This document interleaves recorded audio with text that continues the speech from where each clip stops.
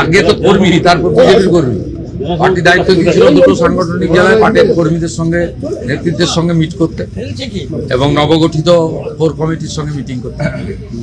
যেহেতু লোকসভা বিধানসভা ভোটের পরে আমার নন্দীগ্রাম ছাড়া সার্বিকভাবে কর্মীদের সঙ্গে মিট হয়নি, তাই এখানে 1000 জন নির্বাচিত প্রতিনিধি, মণ্ডল সভাপতি, মোর্চার নেতৃত্বের সঙ্গে একটা মিটিং হলো 2 ঘন্টা।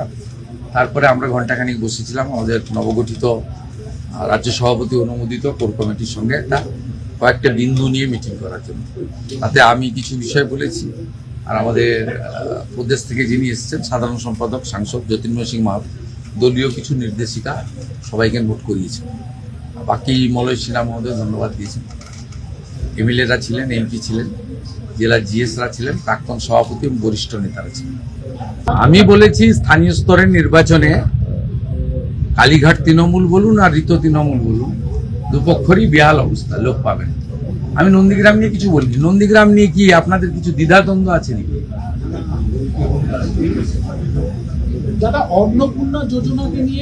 আমি 9700 ভোটে জিতেছিলাম, তো আমার কগুণ বেড়েছে 1996 থেকে 1956 থেকে 5 গুণ। তো এটার সঙ্গে 9700 গুণিত 5 যুক্ত করতে, তাহলে যেটা হয় সেটা হয়। আরে এখানে এগুলো নিয়ে কেন চর্চা করছেন আপনারা? এই জেলাতে এগুলো নিয়ে কেউ চর্চা করে নাকি? 2019-এ 37%, 21-এ 44%, 24-এ পার্টি ক্ষমতায় ছিল না 49, এবারে 56% ভোট পেয়েছি। তৃণমূল দাঁড়িয়েছিল দুটো পিলারের উপরে, একটা পুলিশ আর একটা আইপ্যাক। পুলিশ তো নেই, সরকারে না থাকলে পুলিশ থাকে না, আর আইপ্যাক তো ভোটের আগে পাতনি গুছিয়ে পালিয়ে গেছে। 2-4টা নিচের তলায় চ্যাং ম্যাং ছিল, সেগুলো দেখতে পাওয়া যাচ্ছে না। এরপরে কি দ্বিধাদ্বন্দ্ব আছে নাকি? 70% ভোট বিজেপি পাবে। তোলাবাজি বন্ধ হয়ে গেছে, সিন্ডিকেট রাজ বন্ধ হয়ে গেছে, রাস্তায় হাত পাতার লোক নেই, রাজধানী নেই, মিথ্যা মামলা নেই। কত ভালো আছে, আনন্দ আছে, সবকে জেলে ঢুকানো উচিত। এখানকার বিজেপির লোকরা তো উচ্চ শিক্ষিত, উদার, ক্ষমা ঘৃণা করে দিয়েছে।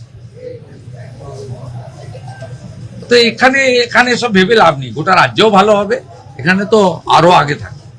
কাউকে চিন্তা করার কোনো কারণ নেই। 500 টাকা লক্ষ্মীর ভান্ডার দিতে গিয়ে 9 মাস লাগিয়ে দিয়েছে। 1,20,00,000 লোককে তো 1.5 মাসে দিয়ে দিয়েছে।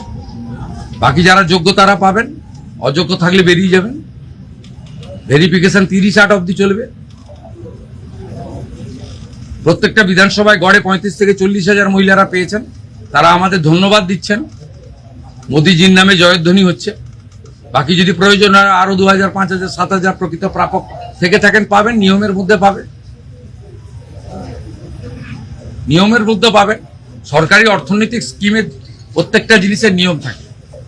আপনার যদি জল জমি না থাকলে আপনি পিএম কিষাণ পাবেন না। তা আপনি যদি বলেন আমাকে পিএম কিষাণ দিতে হবে, প্রত্যেকটা জিনিসের নিয়ম থাকে।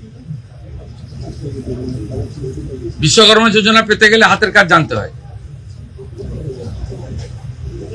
প্রত্যেকটা স্কিমের একটা নিয়ম রয়েছে। আয়ুষ্মান ভারত 70 বছর পেরিয়ে গেলে সবাই পাবেন। বাকিরা যারা এলিজেবল পাবেন, প্রায় 70% লোক কভার হয়ে যাচ্ছে।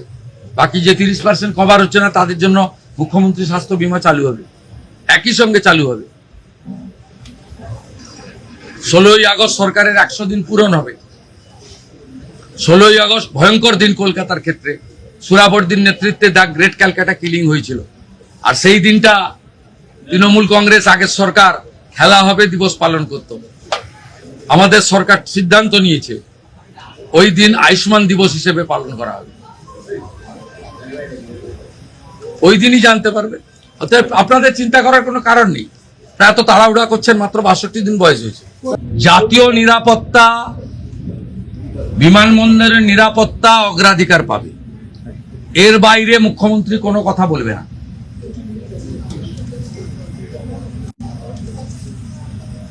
উনি খুব নরম নরম কথা বলেছেন। এইটাই সরকার। অন্য সরকার হলে ধমকাতো, যেমন রেজিনগরের লোকটা ধমকাতো, এখন আর ধমকায় না। এই যে আগের সরকার থাকতো, ধমকাতো যে আমাদের ভোটে সরকার করেছি। এখন নরম নরম কথা বলছেন। জাতীয় সুরক্ষা এবং বিমানবন্দরের নিরাপত্তা আগে দেখতে হবে। এই বিমানবন্দরের লোকেশন খুব গুরুত্বপূর্ণ নিরাপত্তার ক্ষেত্রে। চীন, বাংলাদেশ সব কাছে, এটা আন্তর্জাতিক বিমানবন্দর। এইখানে এইভাবে খুলে রাখা যায় না। বাকি ঠিক আছে, আমরা তো ধর্ম পালনে কাউকে বাধা দিইনি। ওরা তো বলেছিল যে বিজেপি এলে মুসলমানদের তাড়িয়ে দেবে, নামাজ পড়তে পারবে না। তা বকরি ঈদও করেছেন, পশু হত্যা আইন মেনে করেছেন, অসুবিধা নেই।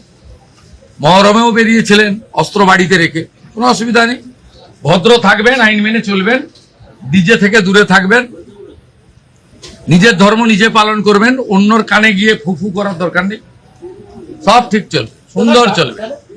আর বন্দে মাতরমটা গাইতে হবে, ঠোঁট না নাড়ালে হবে না, আমরা লক্ষ্য রাখছি।